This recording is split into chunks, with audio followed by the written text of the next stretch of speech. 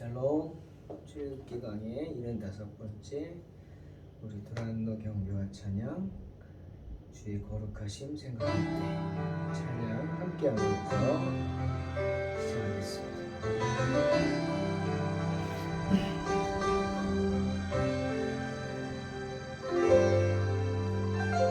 주의 거룩하심 생각할 때 주의 크신 사랑 느낄 때 주의 영광의 빛 주의 영광의 빛 나의 생활 비춰주실 때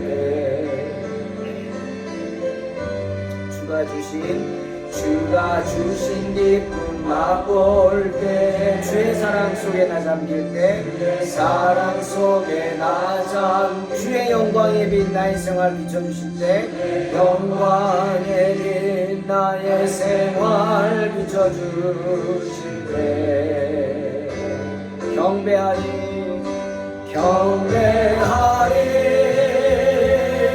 주를 경배하리 나 사는 동안 주께 경배해 경배하리 주님 경배하리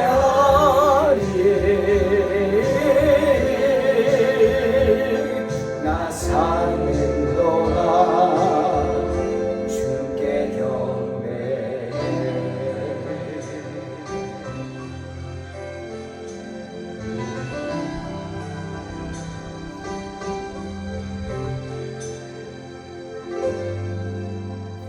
주의 거룩하신 생각할 때 주의 크신 사랑 느낄 때 주의 영광의 빛 주의 영광의 빛 나의 생활 비춰주실 때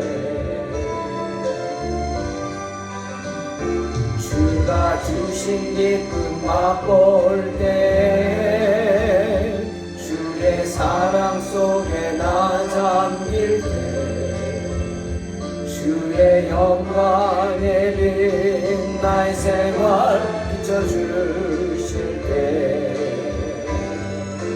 찬양하리 주님 찬양하리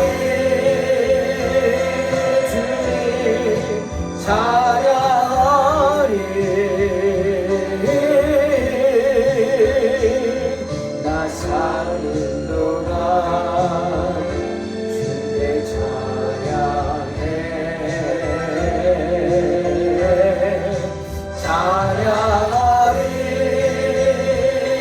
주님 찬양하리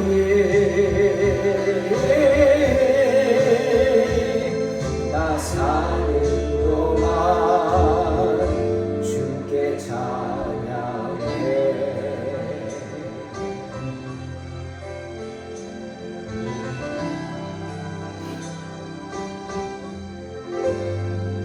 주의 거룩하심 생각할 때 주의 크신 사랑 느낄 때 주의 영광의 빛 나의 생활 비춰주실 때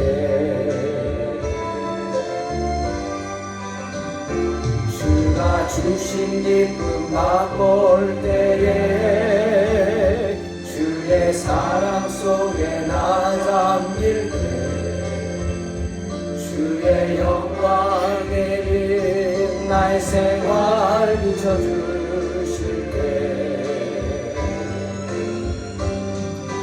주 섬기리 주님 주 섬기리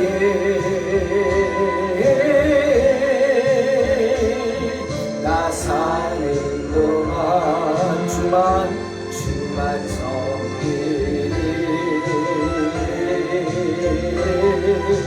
주 섬기리 주 섬기리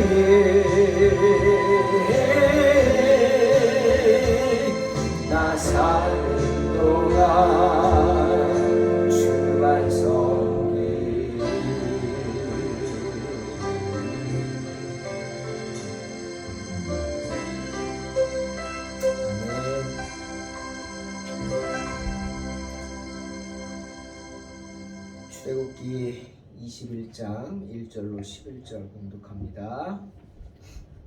내가 백성 앞에 세울 법규는 이러하니라. 내가 히브리 종을 사면 그는 6해 동안 섬길 것이요 7째 해에는 몸값을 물지 않고 나가 자유인이 될 것이며 만일 그가 단신으로 왔으면 단신으로 나갈 것이요 장가 들었으면 그의 아내도 함께 그와 함께 나가려니와 만일 상전이 그에게 아내를 주어 그의 아내가 아들이나 딸을 낳았으면 그의 아내와 그의 자식들은 상전에게 속할 것이요 그는 단신으로 나갈 것이로되 만일 종이 분명히 말하기를 내가 상전과 내 처자를 사랑하니 나가서 자유인이 되지 않겠노라 하면 상전이 그를 데리고 재판장에게로 갈 것이요 또 그를 문이나 문설주 앞으로 데리고 가서 그것에다가 송곳으로 그의 귀를 뚫을 것이라. 그는 종신토록 그 상전을 섬기리라.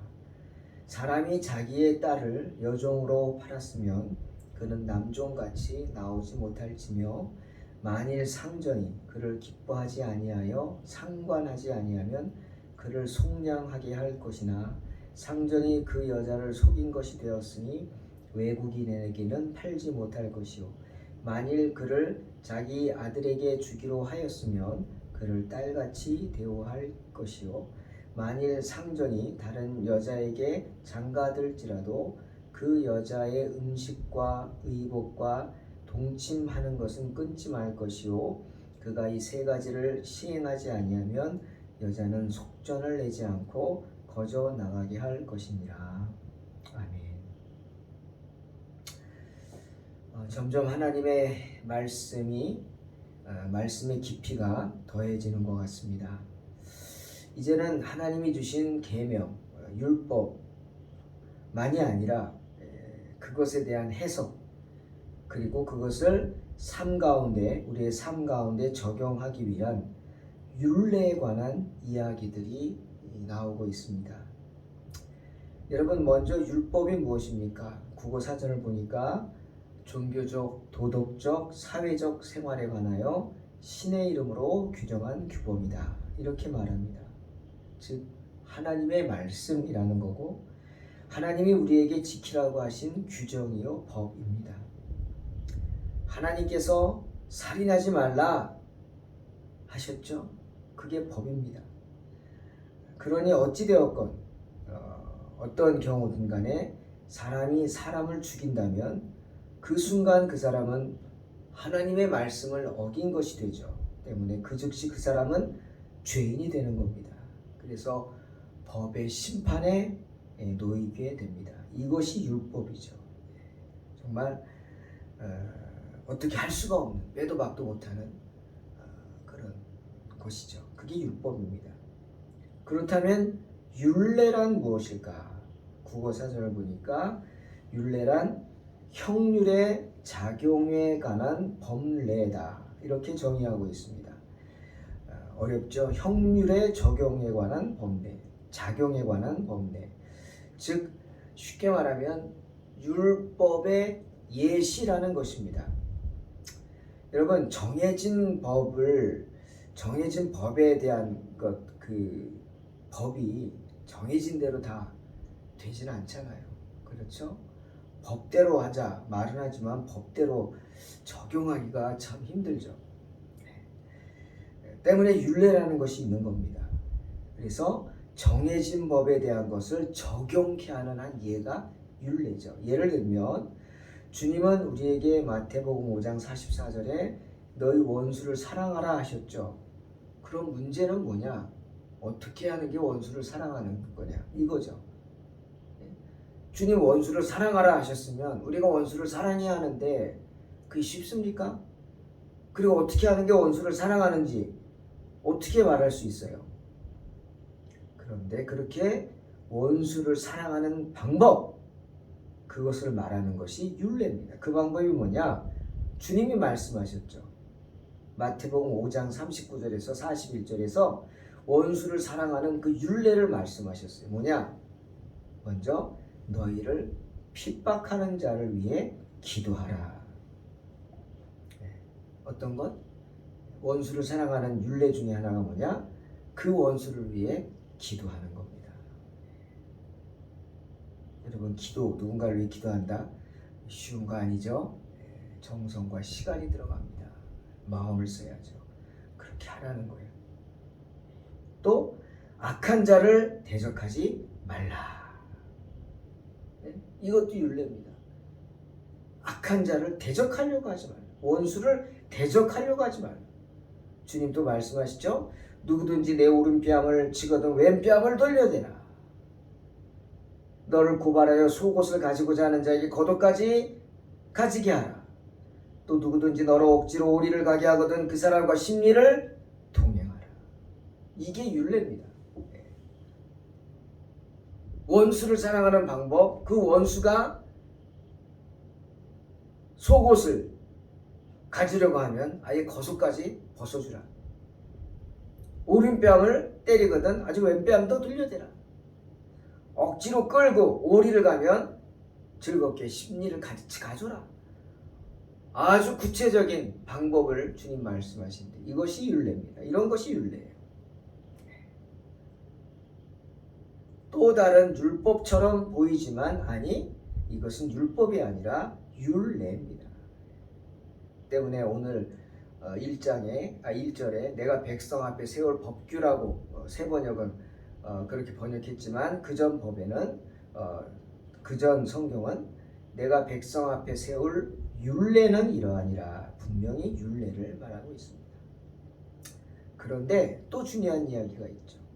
오늘 성경에 보면 그 율례를 하나님이 누구에게 말씀하셨죠? 은밀하게 이 사람에게만 말씀하셨어요. 누구? 모세. 왜 모세죠? 모세는 하나님에 의해 세움받은 종이기 때문입니다. 하나님이 믿고 세운 종이라는 말이죠. 즉 하나님은 모세를 재판관으로 세우셨어요. 재판관. 여러분 다시 세상을 봅니다. 세상이 법대로 됩니까? 아니죠. 원칙대로만 됩니까? 아니죠. 법과 원칙이 존재해야지만 그 법과 원칙대로 돌아가는 게 세상이 아니죠. 세상 그렇게만 돌아가지 않죠. 자, 예를 들면 사람을 죽인 자는 무조건 사형이다. 사람을 죽였으면 다 사형을 시킵니다. 그런데 법대로 됩니까? 그러면 전쟁에 나갔다 돌아온 군인들도 다 죽여야죠. 전쟁에 나가서 이기고 왔다? 어떻게 하고 이기고 왔어요? 상대방을 죽였으니까 이긴 거 아닙니까? 그러니까 돌아오죠. 상대방을 죽이지 않고 내가 죽었다면 못 돌아옵니다. 그럼 그들이 다 죄인입니까? 사람을 죽였잖아요. 그런데 그들은 감옥에 가지 않고 어떻게 사형에 처해지지 않고 전쟁 영웅으로 추앙을 받습니다.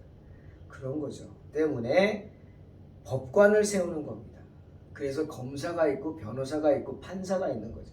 검사는 그 사람의 죄를 밝혀내려고 합니다. 그리고 밝혀낸 죄를 추궁을 합니다. 그럼 변호사는 어떻게 해요? 변호해 줍니다. 그래서 변호사죠. 그 죄인의 그 죄 진 것을 부정하지는 않지만 그 죄를 부정하지는 않지만 그 죄를 질 수밖에 없었던 사정을 알리고 그 죄를 덜어내기 위해서 애씁니다. 사람을 죽였습니다. 하지만 이 사람을 죽이지 않으면 내가 죽습니다. 그래서 어쩔 수 없이 이 사람을 죽였습니다. 정당방위입니다. 뭐 이런 식이죠. 그럼 판사가 검사와 변호사가 서로 변론하는 얘기를 듣고는 최종 판결을 하는 것입니다. 그 재판관을 누구를 세웠어요? 모세. 모세가 하나님의 율법을 해석해주고 그 하나님의 율법을 적용할 수 있는 율례를 사람들에게 들려주어야 합니다. 왜? 종이기 때문에. 그래서 하나님의 종인 모세에게 하나님이 율례를 주신 거죠. 모세는 율법을 삶에 적용해서 그 율례들을 백성들에게 전해줘야 하는 사명을 받은 자요. 그 사명, 율례를 전하는 사명. 하지만 그 율법을 해석해서 전해주는 그 율례에도 원칙이 있습니다. 공통된 원칙. 뭡니까? 모든 율례는 하나님의 율법은 어떤 기준으로 해석을 합니까? 마치 눈 나쁜 사람이 안경을 쓰고 자세히 볼 수 있는 것처럼, 마치 우리가 성경을 예수 그리스도의 안경을 쓰고 봐야 하는 것처럼, 예수 그리스도의 관점에서 바로 하나님의 자비, 하나님의 관용의 관점으로 율법을 해석해 주어야 합니다. 왜? 하나님의 그 고귀한 사랑이 그 율법에 녹아들어 있기 때문이죠. 오늘 인간과 인간 사이의 문제에 관한 것들을 말씀하시면서 이스라엘의 종에 대한 율법을 말합니다. 저희는 잘 와닿지 않죠. 우리는 종의 개념이 없기 때문입니다. 종을 부려본 적도 없고 종이 있는 시대에 살지도 않았죠. 하지만 당신은 이런 분위기였다는 거죠. 그래서 첫째는 가난 때문에 스스로 종이 되거나 먹고 살려고 굶어 죽는 것보다 종이 돼서 잘 먹는 게 낫죠. 그래서 스스로 종이 된 사람, 또는 가난 때문에 부모에 의해서 팔려간 사람, 그리고 또 죄를 지어가지고 재판관에 의해서 종으로 끌려간 사람, 그런 사람들에 관한 율법입니다. 이스라엘에는요, 죄를 범해서 종이 된 자라 할지라도 그 히브리인의 경우죠, 최고 7년간 노예 생활을 합니다. 최고 7년. 7년이 지나면 그 종은 자유롭게 됩니다. 아니면 나가기 싫으면 그냥 여기가 좋사오니 하면 영원히 종이 되어야겠죠. 그건 자기 선택에 달려있죠. 그런데 오늘 말씀에 그가 혼자 끌려왔든지 혼자 찾아왔든지 해서 종이 되었다. 기한이 7년이 됐다. 그러면 어떻게 해요? 그냥 혼자 나가는 겁니다. 무조건 나가요. 자윤이 돼요. 그때 아내를 같이 데리고 왔어요. 아내와 함께 종살이 했어요. 그럼 아내는 어떻게 됩니까? 같이 나가는 거죠. 아무 제재가 없습니다. 그죠? 자윤이죠. 그런데 혼자 왔는데 주인이 그 사람이 안쓰러워서 짝을 지어줬다? 장가를 보내줬다? 그럼 이야기가 다르죠. 아이를 낳았다? 이야기가 달라집니다. 때가 됐어요. 7년이 됐어요. 이 사람이 자유인으로 나갈 때 아내와 자식들을 데리고 나갈 수 있나요? 없다는 겁니다. 못 데리고 나갑니다. 너만 혼자 가라는 거예요. 왜? 그 아내와 자식들은 주인의 소유가 된다. 참, 이 이야기를 들으면 그런 생각이 났습니다. 당시 종은 그냥 짐승 같은 존재였다. 가축같이 여기는 거예요. 가축. 짐승보다는 가축. 오늘날 인권 그런 거 없어요. 가축에게 인권이 있습니까? 가축은 실컷 부려먹고 또 때가 되면 잡아먹습니다. 종들도 그런 존재였어요. 그러니 종이 아이를 낳으면 그 아이는 주인의 소유란 말이에요. 이건 가축에 대한 거지.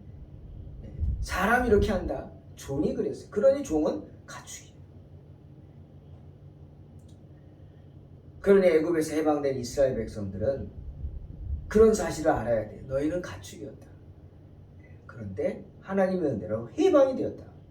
그 은혜를 알라는 거죠. 종이 혼자 갈 수 없다. 내 아내를 버릴 수 없다. 내 자식들을 버릴 수 없다. 그럼 어떻게 해요? 데리고 나갈 방법은 없어요. 그럼 네가 다시 종이 돼야 된다. 영원히 종이 되라. 그 영원히 같이 살아라. 그 방법밖에 없다라는 겁니다.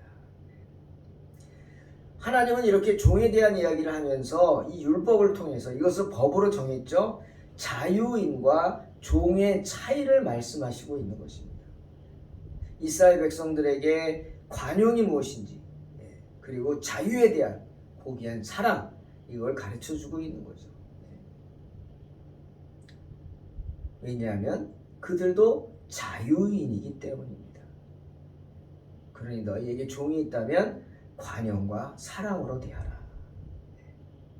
그렇죠? 가정을 이루어주고 사랑으로 가정을 이루게 하고, 그리고 그들에게 관용을 베풀어서 함께 있게 하라.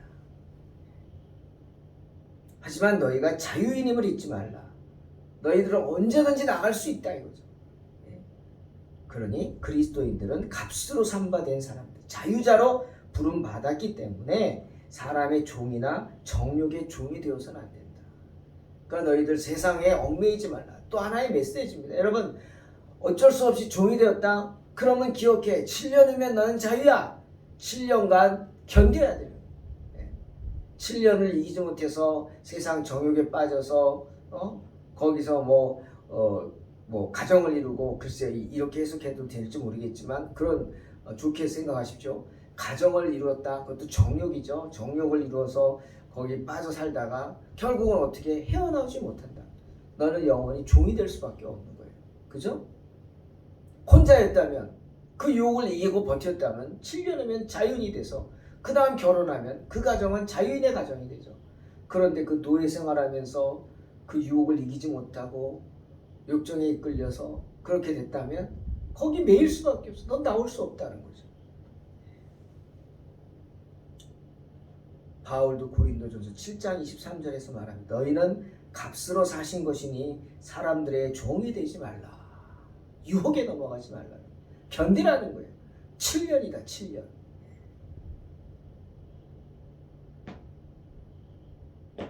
또 하나 여종에 관한 율법이 있습니다. 극심한 가난 때문에 역시 어릴 적에 부모에 의해 팔려간 여종에 관한 법이죠. 근데 여종은 7절 사람이 자기의 딸을 여종으로 팔았으면 남종같이 나오지 못한다.